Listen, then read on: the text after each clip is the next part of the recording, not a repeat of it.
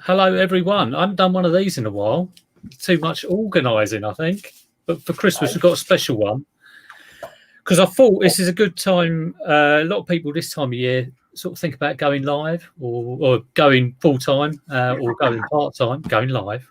So who have we got? We've got Ricky Lee in the house. Hello. How you doing, Ricky? You all right? Very good, very good. How's life with everything? Well, not bad. I've been busy, I tell you that. Christ. Have your sales been good? Not too great, but I didn't plan for Q4, so I don't really have much Q4 stock. It's been okay. I'm paying my bills, but yeah, it's not been popping off like some of the other people that I'm watching, which is fine. It's good. Yeah. Okay, yeah, I'm okay. I've got rummage around, see if I get this pointing right. Kieran, rummage around. Yes, you've got that right. How you doing? You all right? Yeah, not too bad. Good. You've been busy? Always busy, mate. Too much Always sourcing. busy. Always busy. Now, what are these two guys having common? Apart from the beards. We're part of the waffle. Part of the waffle. But have you both gone full time recently, is this right? Yes. Yes. So this is pretty cool. Very, very recently. Very recently. But Lee hasn't. You are still a part-timer. I'm still a part-timer, and I've got no plans on going full-time. You've got no plans on it. So it's what I thought would be interesting. Got someone who's like old hat like me, been like full-time for about 5 years. These two boys who are new at it, and Lee who's never going to go full-time. So there we go. It's a good chance to sort of ask a few questions about going full-time. So, Kieran, Ricky, why did you do it? Ricky, you go first. The current situation pushed me to go full-time. Before the C word, I was a full-time barber for the last 5 years. Reselling alongside that, just to make a little bit extra. Yeah. Then we got locked down, and then we went back to work, and everything was just changed, and the money wasn't there. And I thought, I've got the foundation, I've got some sort of basis. I've got my thing mainly then was purely clothing. Yeah. So I've got my knowledge there. I'm just gonna smash that. Obviously, I was doing hard goods as well. Hi-Fis is one of my other things I like to sell. And I just thought, I'm just going to go for it now. It's now or never. I've just had a baby, so I can use that time to spend all my time with her as much as I can. Yeah. Work alongside it. And I'm just going to put everything I can into it and make a full-time living and have time with my daughter. So I was kind of pushed into it. Yeah. I scrabbled to try and swim. So, I mean, do you think if the situation sort of gets back to any sort of normality, be it like towards the back end of 2021 and everyone, you could go back to work, cutting hair and doing that full time. Do you think you might sort of switch back, or do you think it's like one way door? This is it now, Peter. The way how I've managed in the current circumstances, just tells me that if I had the freedom of a free world, shall we say, I could do very well. I could sustain it very, very well. Yeah, so that comes into it so much of freedom. I mean, it was one of the main things for me. It wasn't the money didn't drive it, but the freedom and the flexibility is definitely, and the fact that you're in control of your own kind of destiny is until the baby cries. Yeah, exactly. What about you, Kieran? So I've been watching all your videos. I've just seen you've issued another one. So you've got a new video. You've been doing them every day. Tiring. Crazy boy. How many more you got? Are you going up to Christmas? Yeah, like an advent calendar. One more. One more. But I saw one of your videos a few days ago, and it said like, I quit, and I thought, blimey, he's quit being a reseller. So you got me in with the click. You got me in watching it. Maybe I just. But it's like, got it. Yeah, I know. No. And that little sad face, that I've quit. But it was you've quit your job. So you actually quit your job sort of like about a week or two ago, is it? I quit my job. I had to work a month's notice, so I quit it a month ago. Oh, there goes his Yeah, And now then he got his shocking internet. Yeah. Kieran, we lost you at okay, we lost you at handed my notice in. That's at the start. So, Kieran, why did you sort of like? How long have you been part time? Must have been over 6 months. Yeah, I've been part time since February. So, but what pushed you over the edge? I hired my brother and my mum to run the business for me while I was working full time. So I was paying them a full time wage. So I thought, well, if I could pay them a full time wage, I could pay myself a full time wage. They knew that I wanted to get into it anyway. They knew I wanted to become full time.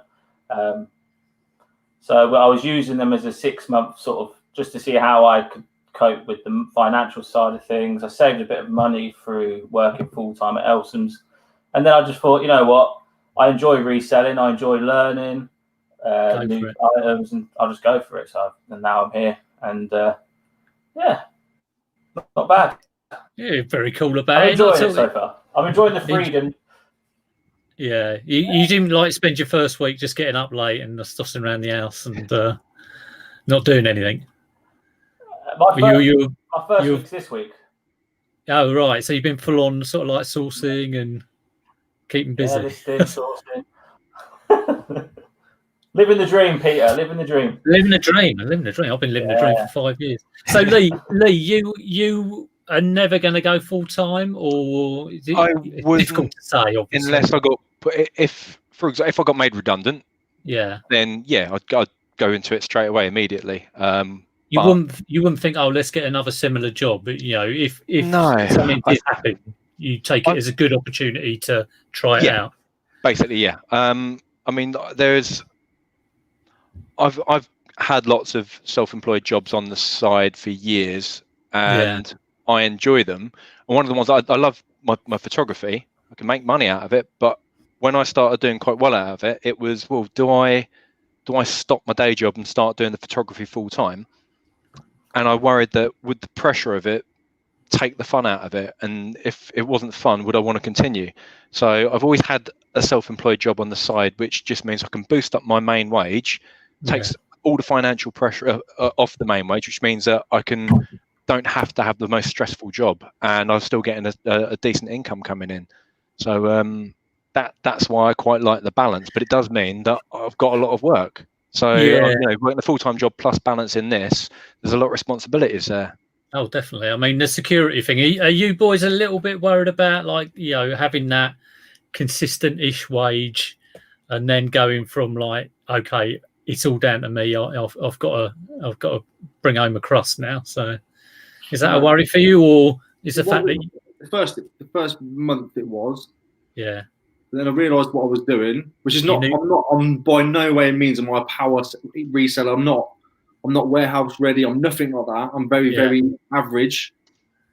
But when I realised what I was doing in the first month, and then it carried into the second month, added with the restrictions in place at the moment and the lack of sourcing ability and all this stuff in place, I thought I'm going to be okay. I'm never going to be, well, I might be, but at the minute I'm never going to be flash car rich.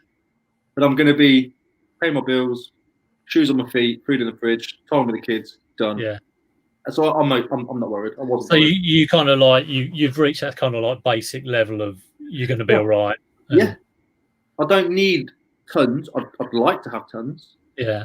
But I'm not. I'm at the point where I'm like I'll be okay. I went straight from like a full-time job. Didn't do any part-time reselling. I mean, I'd done bits and bobs, like done eBay for about 10 years before I'd done it, but not what you call part-time. And I went straight from that to be a full-time reseller.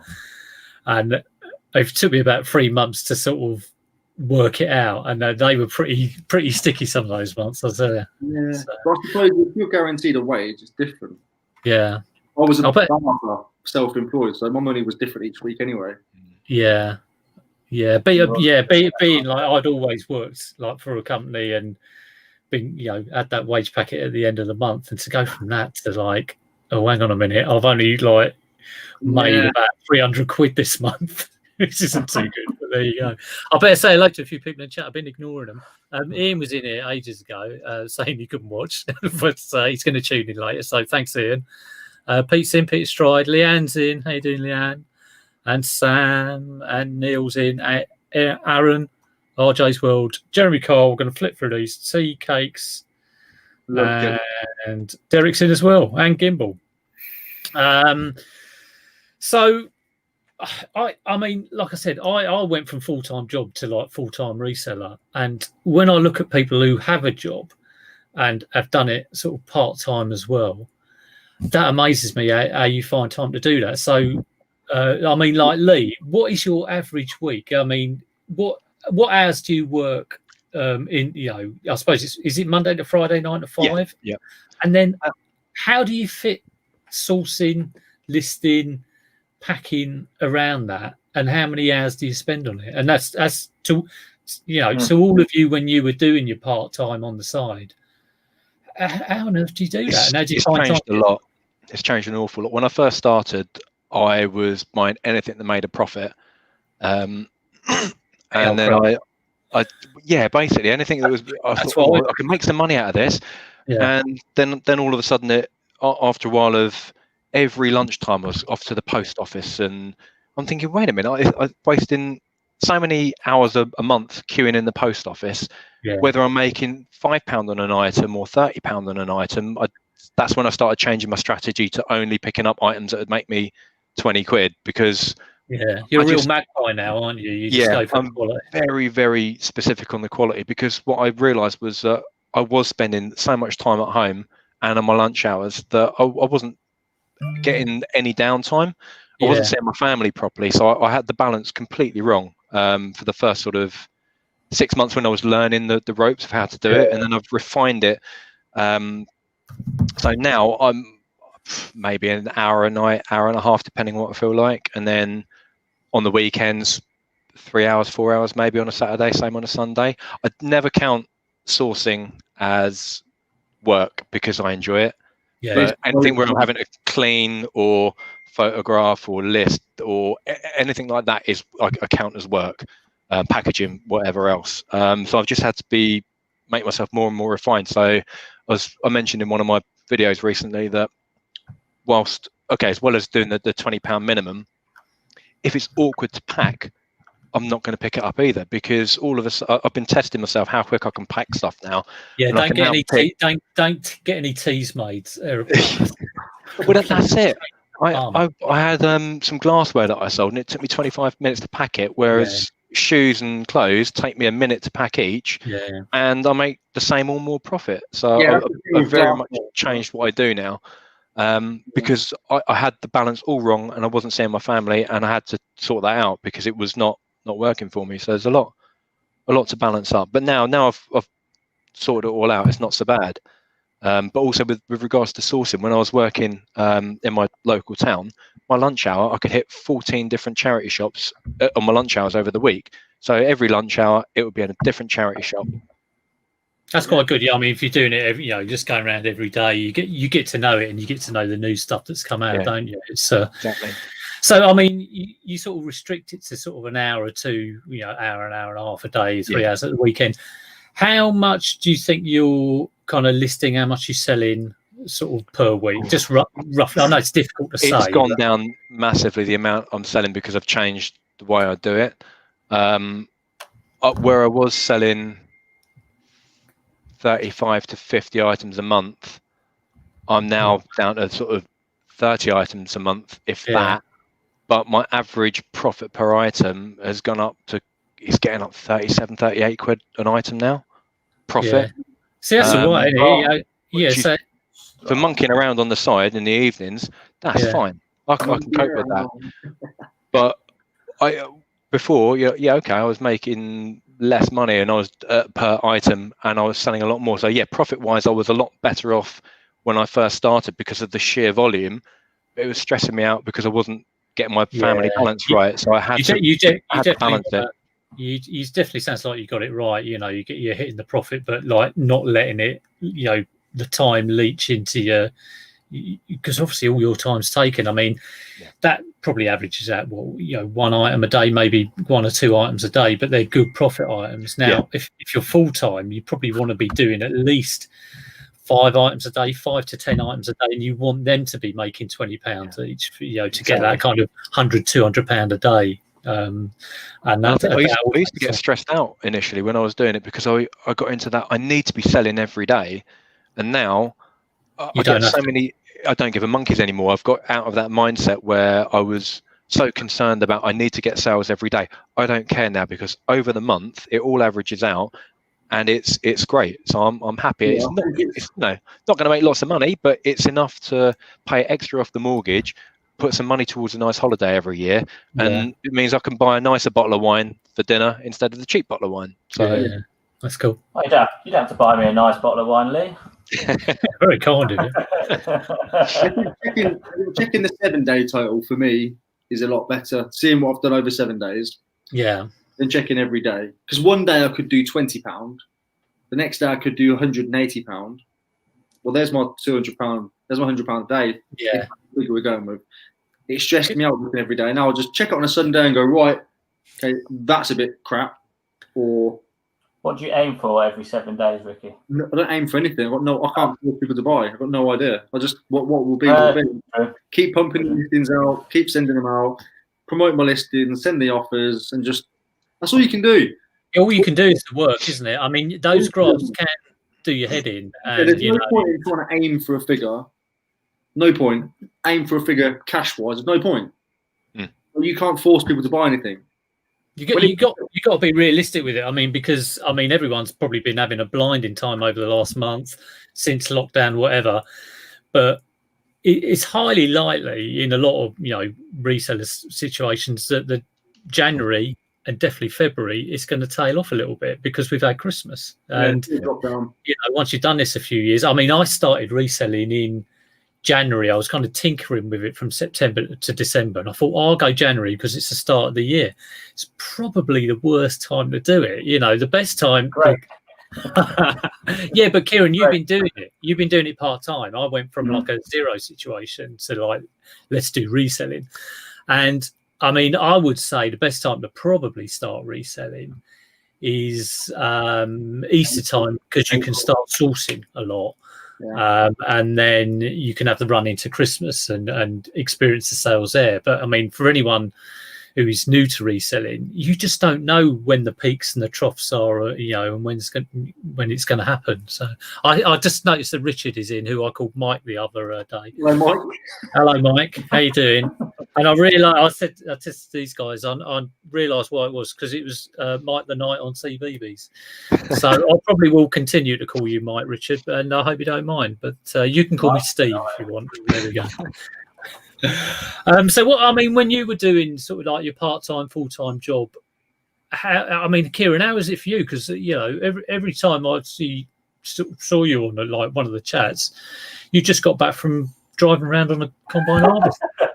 Yeah. So are you kind of like playing the fields whilst checking your eBay and the combine? It drives itself, mate. It drives itself. Nah, that's why I employed my brother to run it for me. 6 months, because in the summer, obviously, that's when we're most busy at work, and so I got my brother in from the summer onwards. So how much time did you? What was your job? Was it? What were the hours of your job? It's probably not a standard office hours, is it? No. So in the summer, you'd be working 7:30 till 11 o'clock at night, 7:30 in the morning to 11 o'clock at night, and then you do a bit of reselling. Yeah, just cash. But my brother would do all the packing, all the listing. I was only left to do the sourcing, but obviously doing that Monday to Friday to 11 o'clock at night, and then Sunday. Sourcing in the streams, eh? That's all. Yeah, that's all I have to do.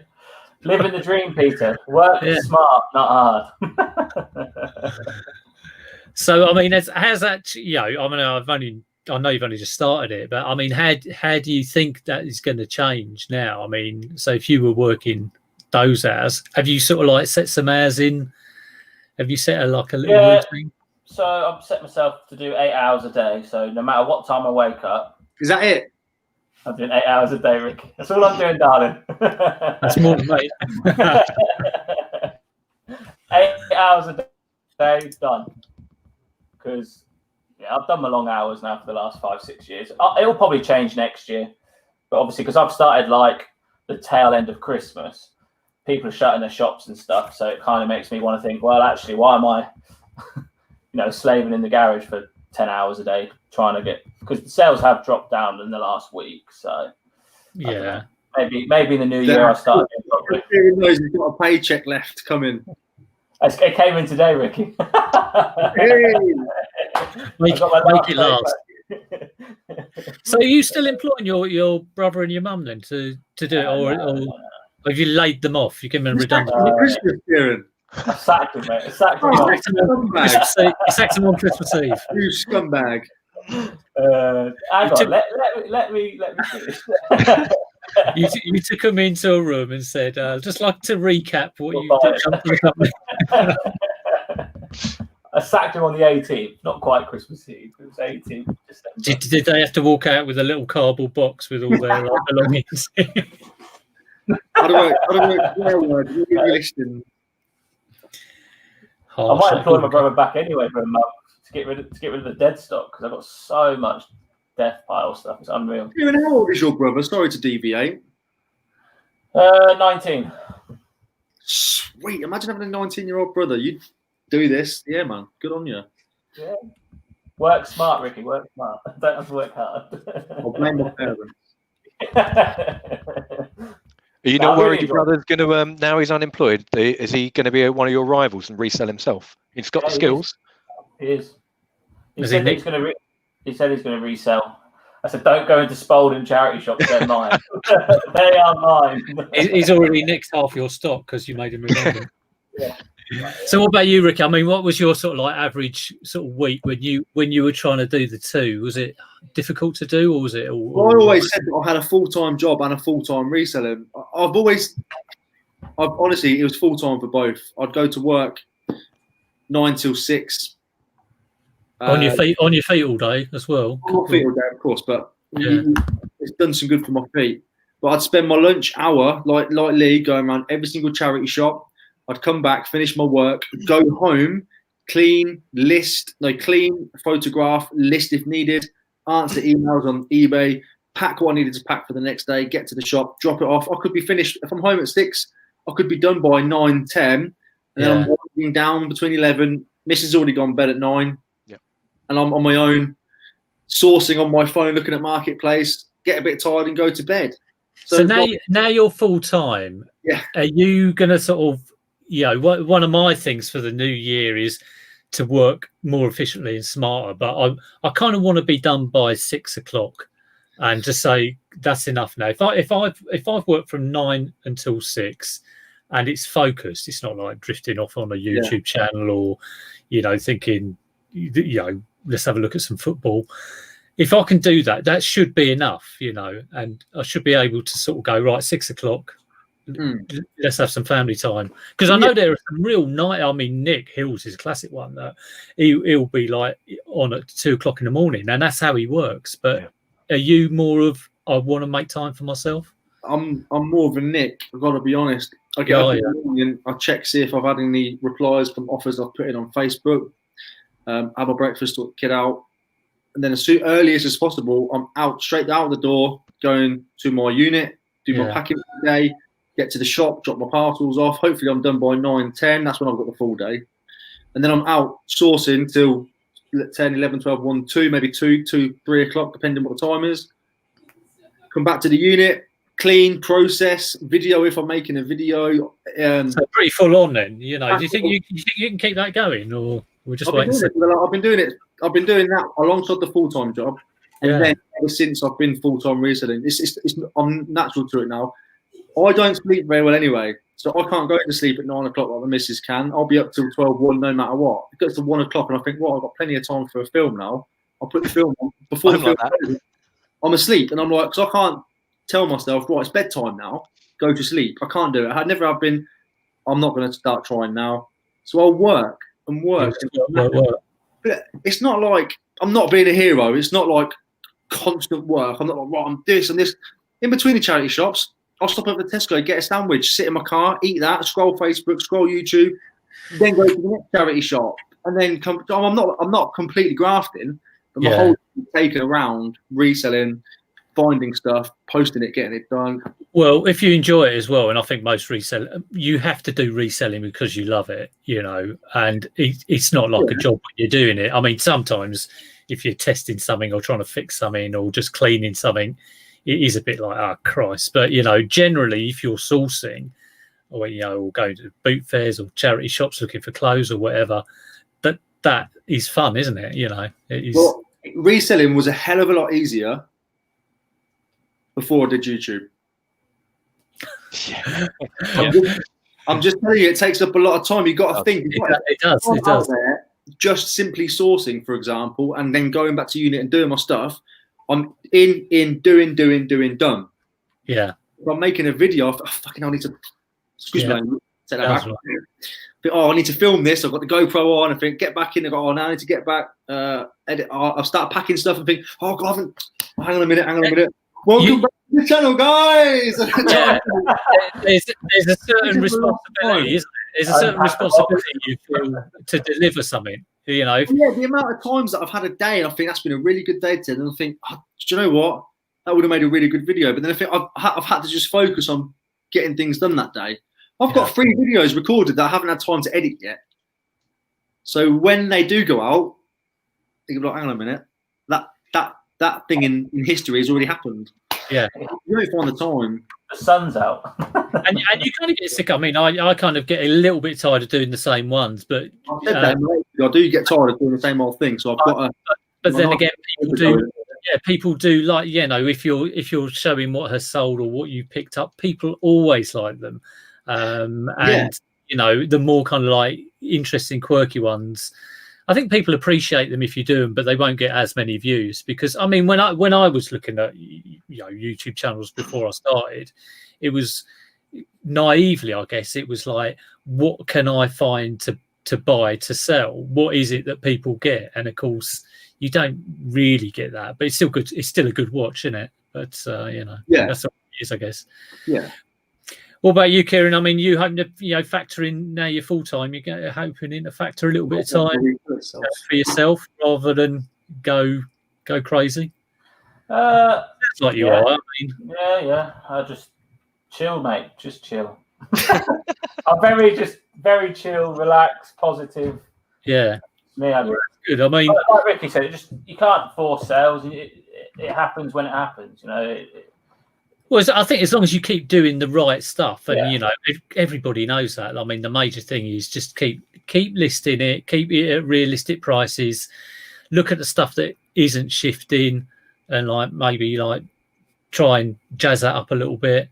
But it isn't rocket science, really. You know, you just have to keep sourcing, keep listing, and you know, keep going. Really. It doesn't feel like Yes. And I know you do your List 5 Live, and I know you set your target of you do at least 5 listings every morning before whatever else. Do you have like so that is that your bare? I know that's your bare minimum. Do you usually set yourself a target of, right, I'm going to do? I know today I've got more time, so I'm going to do 15 listings, or do you just say I'm going to list for an hour? Do you kind of sort of set yourself a target, for example? I normally plan my day like half-hour slots in my day. So like, you know, I might do like half an hour for just hello. It might be like grab 5 things and make sure they're ready to list. That'll be half an hour. Yeah, I'll set aside for that. And then the actual listing 5 normally will only take half an hour. Like it takes me an hour when I stream it because I'm chatting. And then, you know, I'll have maybe, I don't know, 10 slots of half-hour jobs. Oh, okay. And so there might be like 2 or 3 of those half hours would be list 5 things. But if I'm sourcing, if I'm out sourcing, that will be like half a day. So it could be like a 3-hour block. But I do try, and I'm not very good at it. And that's what I'm trying to do in the new year is like every day plan my day. So like at 6 o'clock every night, I'll go, okay, you know, what am I doing tomorrow? I know that certain things I know I will do at certain times, and I'm trying to link them. So like I always know that, okay, at 6 o'clock I'll always plan my day. At 11 o'clock I'll always list 5 things. You know, 4 o'clock, I'll always have a bit of a tidy for half an hour. But yeah, that's how I do it. You know, it's definitely planning around those half-hour slots. Yeah, it's good. Good on you. I like that idea.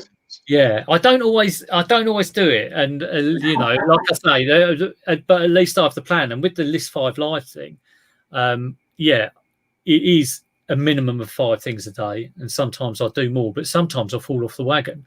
But I always know that it's okay. Well, you know, it's gone a bit wrong. I haven't done anything for 3 days. It might be, you know, might have got a cold or something, or some family thing might happen. But I think, okay, how do I get back to the simple thing that I know works? It's okay, 11 o'clock, I'll list 5 things. Just grab things, you know, 5 things and list them. So, you know, it's... thing is, your List 5 Live has become quite a thing now, so you're almost held accountable if you don't show up. Well, I know. I do it every Monday, but I don't always do it every day. But most days I do, and you know, some days I'll do 10, 15. Some days I'll do 20. So there you go.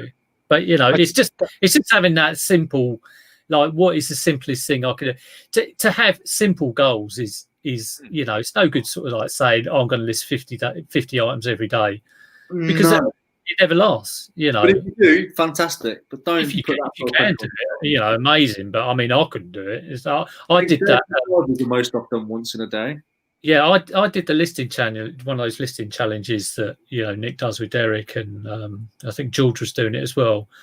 And I was thinking it was a week, and I thought, well, I wouldn't mind doing 100 in a week. It'd be really good. And yeah, I think that was a couple of months ago, so it's coming up to Christmas, and I started doing 20 a day, and I did 20 a day, and then on the Friday I was just so hacked off of it, and I did 10 on the Friday, did 90 for the week, and then the following week I didn't do any at all because I was just like, I didn't want to go. And you sort of scrabble. It's amazing how quickly you run out of stock if you're doing 20 a day. Yeah, 100 items of stock is. I've only got 600 items on my store, so to sort of like magic up like more items.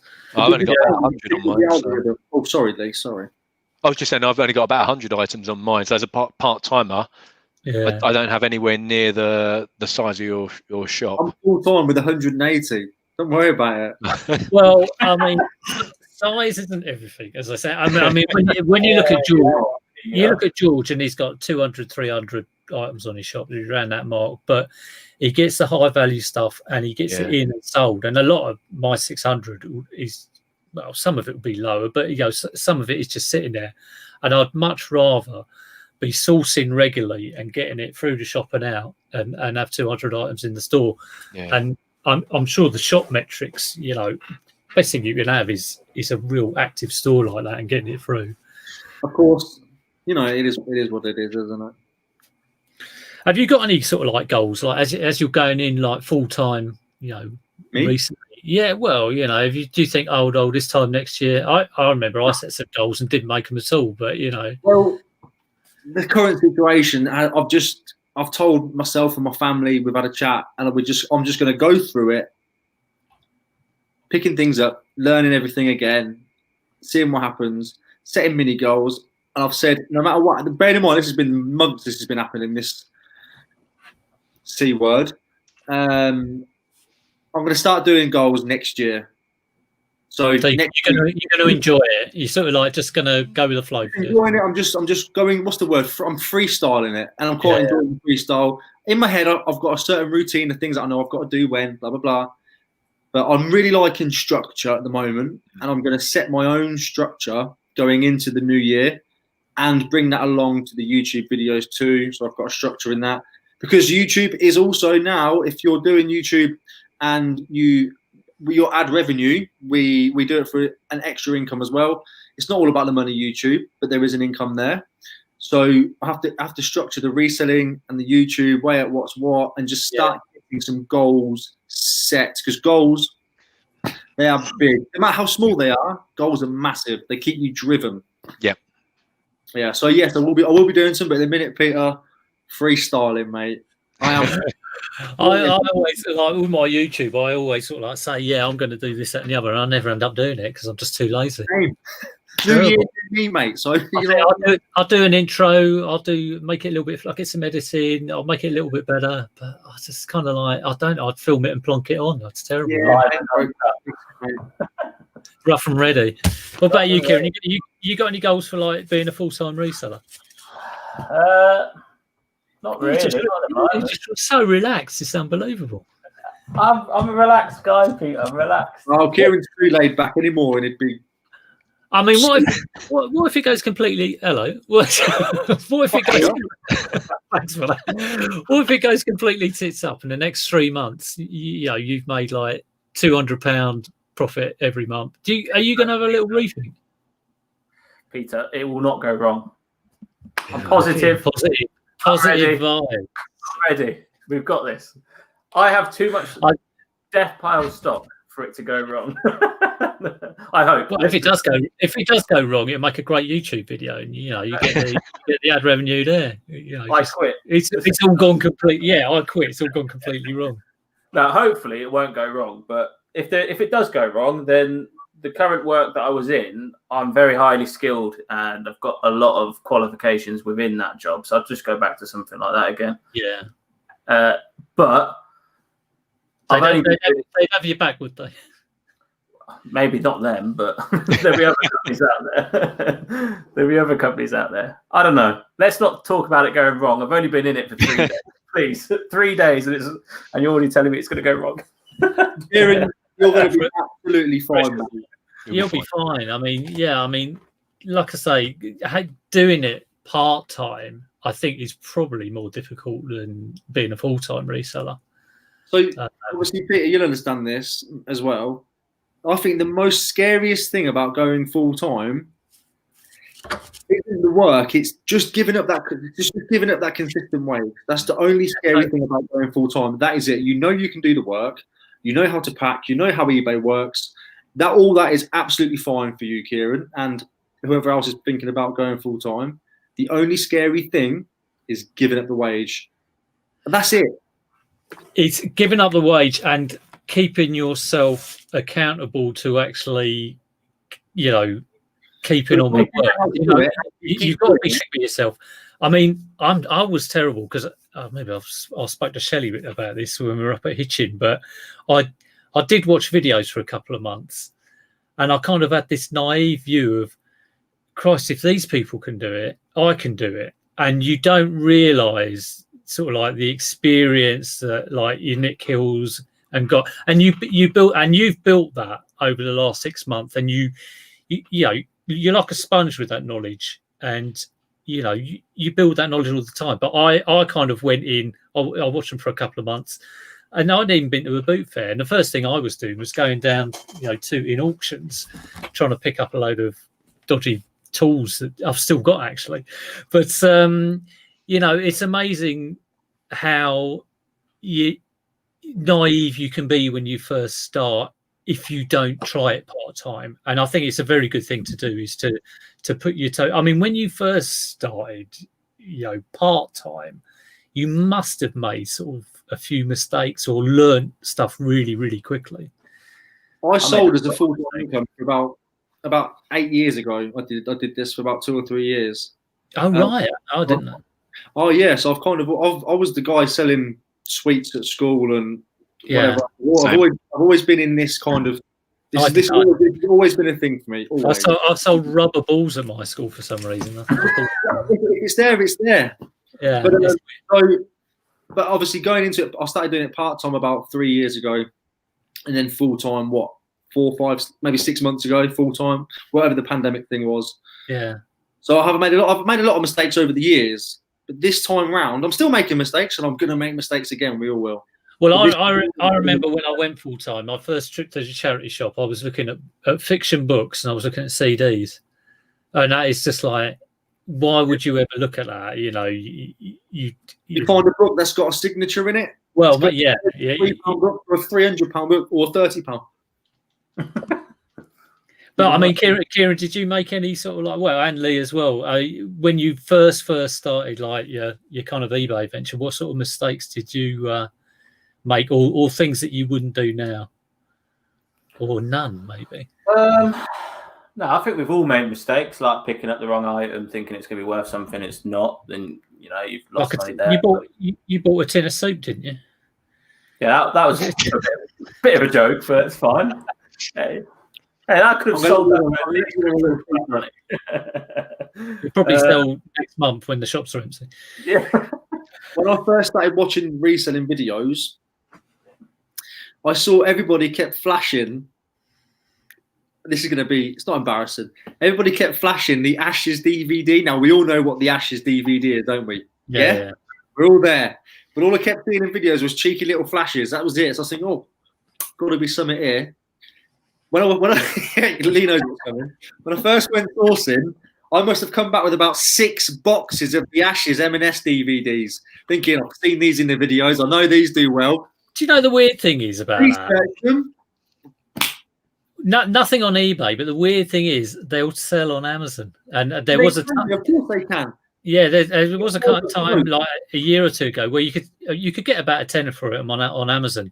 So if you're into that, if you are an Amazon seller, there are probably a lot of Amazon sellers buying a pound and flipping them, because they was being quite tongue in cheek about the whole flashing of the DVD, going, oh, another one, and I was going, Where is it?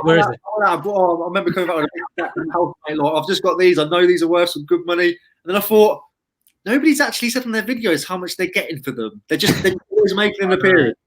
I had a couple of sealed ones, and they hadn't sold for ages. And Faye and Simon from FNS Reseller said, we'll have them off you. So I was going to send them to them. And like the day before, because I took absolutely ages to sort them out. And then like I was getting ready to pack them. And then they went and sold on eBay. And I just sort of say, oh, sorry, you can't have those. You can't have those like things I was going to give you. But I mean, it is weird because certain things do get a kind of like, a fun thing tagged around them. I think, there's been a few other ones, and you don't know whether they're a bolo or not. Like, like those, what are those flat Erics? I've never seen a flat Eric. I really want to get one. Oh my God. I know there's another reseller who was going to visit in a wedding in a town local to me, and because I've been working at home, I've not been sourcing in the charity shops. She picked up a flat Eric for like £2.50 in one of my local charity shops, which I would normally have gone to. So yeah, I've missed out. But going back to mistakes, Lee, I've just seen a super chat, so I'll say that. Thanks, LB, for that. He says, "Drink on me at Christmas." So there we go. I'll get a drink this Christmas. Yay. Cheers for that, LB. Yeah, mistakes. What mistakes? I was going to say the thing is, for us, mistakes then they don't really cost us an awful lot because we're buying stuff at such low costs, and the majority of the time we've got that few minutes or few moments to check our phone to see if something's going to sell or not. So the rarity, the mistakes happen, but it's going to be quite rare. And the odds are that when it does happen is when we haven't had a chance to check a phone for sold prices, and we've had to make a gut instinct decision. Yeah. And because of our experience, most of the time our gut instinct is going to be pretty good. So our mistakes are going to be rare or cost us very little. Is my thought.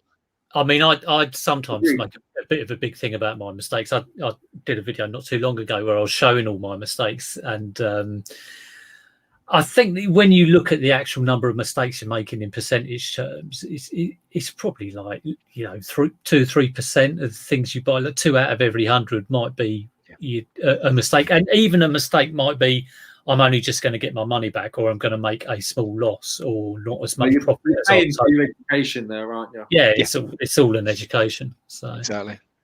But I've got a few. I've been doing a sort out, of all my gear, and I've got these boxes of stuff that just have not sold, and I'm like, I still don't understand why I didn't sell, but I'd give them away now. So it is. Yeah. Being the part timer here, the other thing I was going to say is one of the benefits I've got is that I get paid holidays. You guys no longer get paid holidays. You got to take that into account. That would be so, as well as me having. Well, it's not only holidays. I mean, I was going to say any sort of healthcare or sick days, pension. So there's quite a few other things to consider. So whilst I think if I wanted to, I could. If I wanted to, I would be a full-time reseller, and I know I could do it. But I've got the guaranteed wage, so I know the house is covered, and I don't need to stress about that. I get paid. I get 25 days a year holiday. All right, got pension. So right, it does, but then it does mean I'm doing an awful lot of hours. But it does mean I'm doing a lot of hours, though, doesn't it? This is what I was saying earlier about when you made that decision about going full time. I don't think it's about money. I don't think it can be. I mean, I chose to do it. My main driver was doing it was I've always wanted to do this. If I don't do it now, I'll never do it. You know, I've got this chance to try it. And if it doesn't work, then we deal with it. But, you know, as long as I can make, I didn't want to make what I was earning before. I kind of I wanted to make what we needed. You know, that was the minimum level. And as long as I did that, I was happy. Make what you need. That's a good way of putting it. I'm making what I need at the moment. Nothing lavish.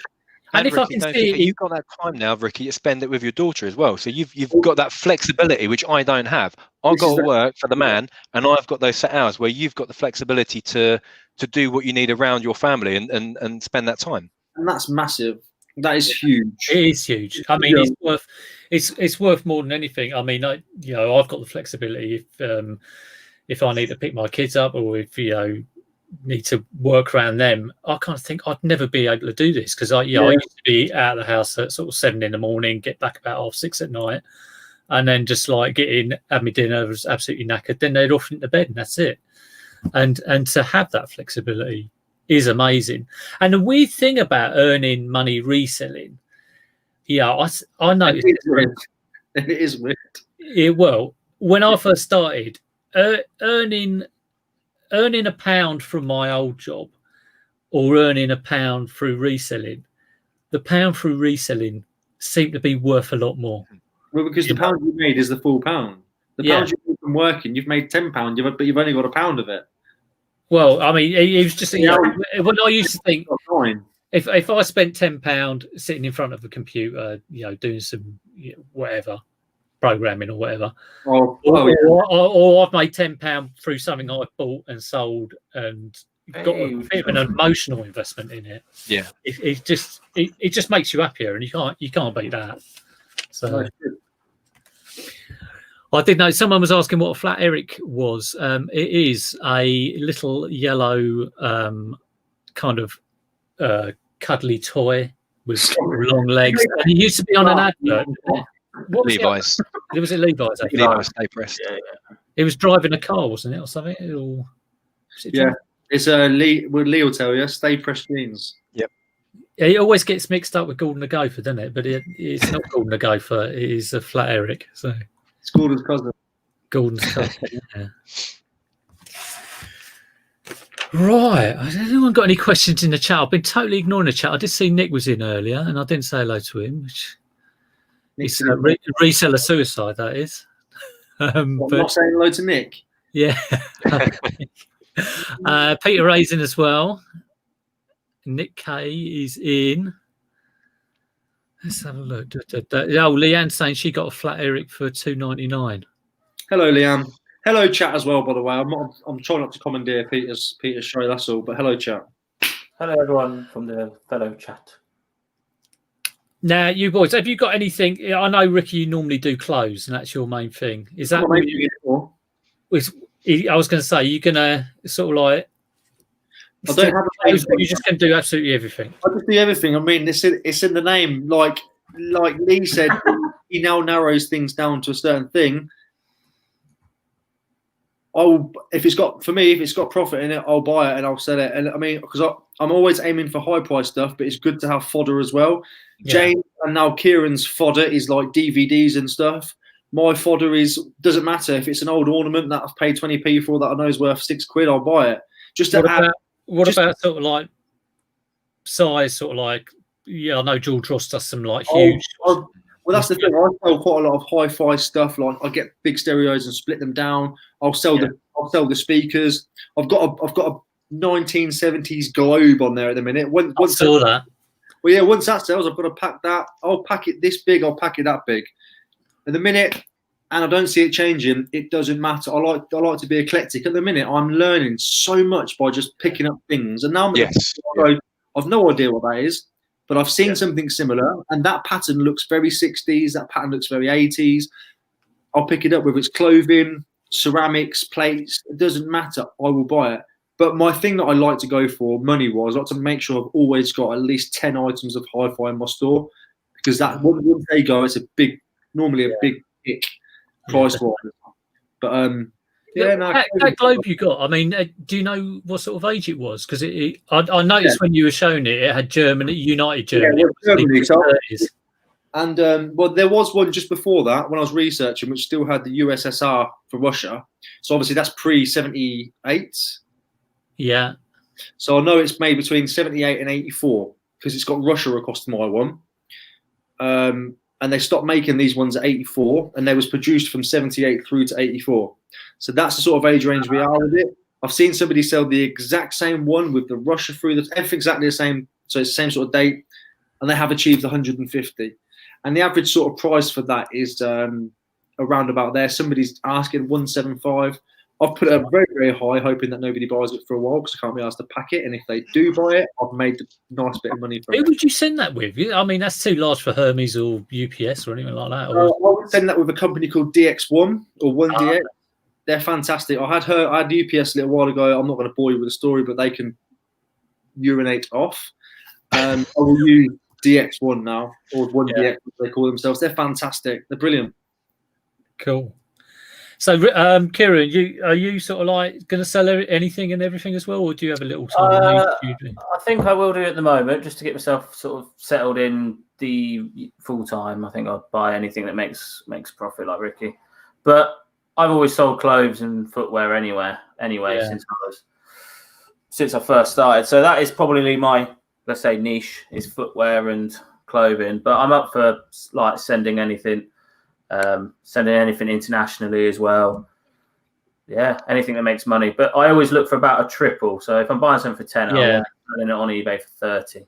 Yeah, I'm kind of 4 times. But of course, if you're buying higher, then that kind of, like, if you could buy for 100, sell for 200, it kind of changes it, and it all depends how much you're laying out. Yeah. And Lee, I know you like your shoes and your quality cloths, but do you do electronics as well? You like I got plenty of bits of hi-fi out there. I will. Lee loves his CD players. Yeah. I will sell anything, but I'm just being a bit more. This is empty. Restrictive now on what I buy. Because of the time of being a part-timer, I just don't have the time. That must be quick. I mean, if you're in a situation where you see something and maybe it's costs a £5 and you think, oh well, I can only get 20 quid, so I might make £10 profit or whatever. Do you not sometimes think, oh, but that is a tenner, especially if you haven't found anything good for a while? That goes through my head. And I'd put that £20 profit mark in. That was what I was going to do. And then I'm thinking, that's an easy tenner. That's an easy tenner. That's an easy tenner. I pick it up, and then I've been to a car boot sale and I spent 204 quid. I'm like, I haven't got the room for this shit. The house is already busting. So the fuller the house my storage gets, the higher that threshold goes. So it might, if at the minute I'm busting, I'm full to the gills with stuff. So I did go to a charity shop just before lockdown again, and I saw something I could easily make 25 quid on, but I left it because I don't have the room. I couldn't help myself. I had to go in the shop still. Your car. Yeah, I've got stuff. I've already got stuff stored in my wife's car. So do a quick flip to another reseller just for double the money. Maybe. But then the way I look at it is that I've got such a backlog of good stuff that I'm now literally only picking up the cream of the crop. And when I start getting that down to a couple of weeks worth of listing, then I'll drop that threshold again. So it's at the minute, yes, it's a minimum 20, but that's flexible depending on how much crap I've got in the house. Yeah, cool. See, one of the things I've learned recently that I like to, it makes this X in times in things a lot more simpler and less stressful is if I go to a car boot or a charity shop or a big pickup from vacant marketplace where there's multiple things, instead of thinking, right, I paid £5 for that, £6 for that, £2 for that, £4 for that, and it all comes to 20 quid. There's 4 things there. They all cost me a £5 each. That's where I'm at with it. Obviously, but the thing is, in there might be a game that's worth £5 and £5 only, and doing it that way makes that game almost just a break-even item. Yeah. But I've then got a pair of trainers that are worth 70 quid that I paid £10 for, that are now £5 trainers that I can then flip for how I want to do it. So I break up the haul. This is the way I do it. Especially, you've got to break up the haul. If you go to a car boot and come back with 47 things and you've spent 100 quid, you spent £4.70? No? Whatever the maths are. Do you know what I'm saying? Then everything just becomes, I paid 3 quid for that, I paid 3 quid for that, I paid 3 quid for that. If you're picking up 1 or 2 things, and one of them's 100 quid and one of them's 2 quid, then of course it'd be stupid to be doing it that way. But you've got to find a way to make your Xing Definitely. simpler. And I think as well, I wouldn't be as strict if I was a full-timer, because I'd have to have a much faster turnover of stock to make sure that I've got X amount coming in for the mortgage and whatever else. But for the minute, because I'm not reliant on it, I don't mind stuff sitting there for a while. And that's why I'm only going for that cream of the crop, because I'm not reliant on that income. And that lack of pressure makes a massive difference to my sourcing.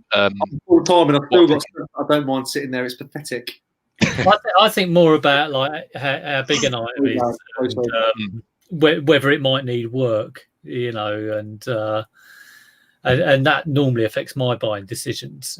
If I think, that probably needs a repair, and how long's that going to take, and look at the size of the bloody thing, and if it's just like a normal item that is huge and there's nothing special about it. If it was something like that globe, it'd be like, oh yeah, I love that. But if it's that size, but just like a bog standard thing, it was practically. It's ain't by me, isn't it? 10 quid, I couldn't leave it. I couldn't. If I had no room, I'd have had it in the living room until it sold if I had to. Made an ornament out of it. I was so hoping it was one of those ones that opens that's holds your drink, your cocktails inside it. Gutted. Badass. If it was one of them, I'd have kept it. I'd have waited until I found somewhere nice for it. Well, I've got a few minutes left. So, all of these boys have just reached 1,000 subs in the last few months, haven't you? I think, which is great. Do check them all out. I have put the links in. I didn't do it when I first started doing the links, so I've done it now. So, do check them all out. Have you got any sort of like, what are your plans for your channels for the next sort of year? You got anything different, or just same old stuff? What about you, Kieran? You've done your series. I've got to take my hat off to you, mate. Kieran has done a video every day. It's like advent calendar of Kieran. Is there a big video on the 25th? Well, I mean, that is something that is so hard to do. So do check them out. But what are your plans for this channel and sort of like the new year? Well, hopefully, I'm looking at going reselling on different platforms. So I'm going to hopefully do a bit more videos on like Depop and Amazon, because I sell a lot of clothes anyway. So I think I might tinker on Depop. So I might do a few Depop videos. I might look into Amazon because I buy a lot of board games and that sort of stuff. And the prices on eBay compared to Amazon, ridiculous. Yeah, worth doing. And like I say, F&S resellers do a lot of it. It's strange how a £10 board game is £70 on Amazon. Yeah, it's mental, isn't it? It's the prime. If people want it like that, and they'll just, it's the fact that they're prime and they know they're going to get it next day. That's what drives the Amazon prices up. But of course, there's a downside to Amazon as well, which any sort of Amazon seller will tell you, that the return rate. Returns will always, you haven't got a leg to stand on. No. So, it's it all depends how well this year goes. Well, the next year, 2021. Like, if we're still in like lockdown mode every other month or whatever, then I think the YouTube channel is going to stay quite samey. But if we can start going out and meeting people and doing big things outside of, all that sort of stuff will go on the channel as well. But we'll see. I want to break out from because I think every video I do is in my little box room. I just want to get out there and do a bit more sort of like out in the open. What about you, Ricky? What plans you got for your channel?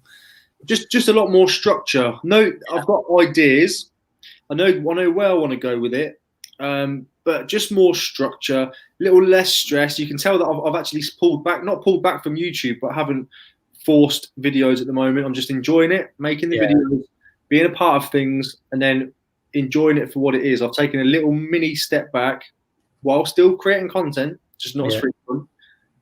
Going into the new year, I'm just going to do more structure. That's the plans I've got for the channel. What that structure is, I'm not going to say just yet because I don't know fully. I've got ideas. Yeah. That's my plan for the channel, just more structure. You can expect this on a Monday, you can expect this on a Wednesday, and you can expect the Sunday waffle on a Sunday. Come on. What about you, Lee? You got any sort of like... I think a lot of the positive feedback I've had on my videos has been around the sort of educational side. People like that I teach or explain what I'm doing. Yeah, those expert, like how to do, make a boot from this to this. And that's what I think I'm going to do a few more of, is like, I can take this to that, or this is how I fix this. Just so obviously that depends on what stock I've got in at any one point. So I can't really plan it. But if I've got something where I think I can teach something, then that might be a good video. You get those videos on YouTube of where someone's got like a rusty old vice or drill at the bottom of the sea. I find them fascinating. You should do that with a shoe, just get a ripped old shoe that's got holes in it, and then it just turns out like something. Lee could do that as well. Well, the thing is, that's why I decided to do a couple of those tightening up the shoe things, because I'd watched another, obviously these were professional cobblers. And I'm looking at his shoes thinking, there's no way you can do anything with that. I was like, oh my God, how have they done that? And that's why I thought, well, okay, I don't have the same skills, but if I can do something part way and I can teach people how to do that themselves. So I did the Ugg boot video a while ago. I'm getting about 100 views a day on that at the moment. Well, that was amazing, wasn't it? I mean, because it looked totally... They were totally destroyed, and the color, I just thought it was a different shoe because it looked like a totally different color at the end of it. He's black. Absolutely amazing. See, just to butt in, Nick's made a very good point there. So when I was talking about keeping it structured, that is exactly why I've opted for structure and not to say I'm going to do this with this and add that. The reason why I've gone with just structure and purely structure is, as Nick says, YouTube is tough to keep fresh and interesting for the creator, as well as the audience. Definitely. When someone figures that out, please let me know. And that is exactly why I'm not saying bells and whistles. I'm just saying Monday, Wednesday, whatever, you can expect this, you can expect that, because it's hard to try and figure that out. But people have the investment in you. They have the investment in your stuff that you show. And, even if you come on and just sort of like say hello and, you haven't got anything that flash, but it's just what you're doing.